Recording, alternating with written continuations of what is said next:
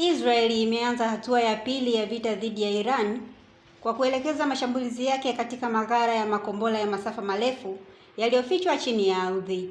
Vyanzo viwili vinavyofahamu mpango wa kijeshi wa Israel vimesema mashambulizi hayo yatafanywa kwa ndege za kivita, ikilenga kudhoofisha uwezo wa Iran kushambulia Israel kwa makombora. Vita hivyo vya anga vinavyoendeshwa kwa pamoja Marekani na Israel inaelekea kukamilika wiki tangu kuanza kwa vita hivyo. Mashambulizi ya mwanzo yalidaiwa kuwaua baadhi ya viongozi wa Iran na kusababisha mzozo mkubwa wa kikanda. Tangu wakati huo, Iran imekuwa ikijibu kwa mashambulizi katika Israel, Guba na Iraq.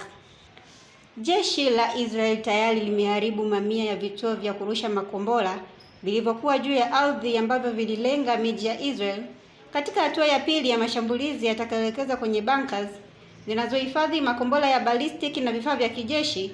Operesheni hiyo ni nyeti, vyanzo hivyo havikutaka kutajwa. Chanzo kimoja kimesema lengo kuu la Israel ni kuondoa kabisa uwezo wa Iran kufanya mashambulizi ya anga dhidi yake kabla ya vita kumalizika, huku operesheni hiyo ikilenga kudhoofisha uongozi wa Jamhuri ya Kiislamu ya Iran. Naye msemaji wa jeshi la Israel hakujibu mara moja kuhusu mpango huo wa mashambulizi.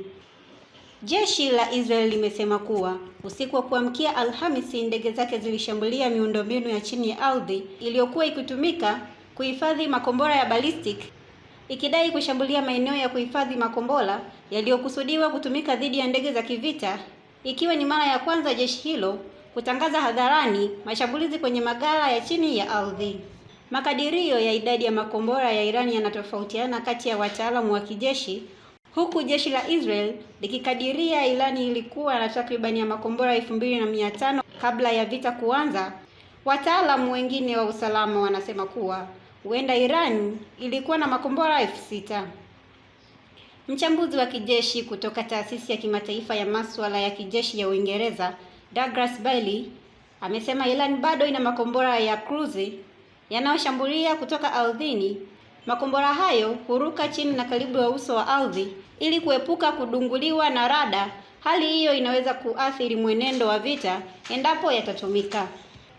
Ofisa wa zamani wa usalama wa taifa la Israel, Eran Lerman, amesema matumaini ya mashambulizi ya awali yalikuwa kuifanya serikali ya Iran kuanza kusambaratika haraka.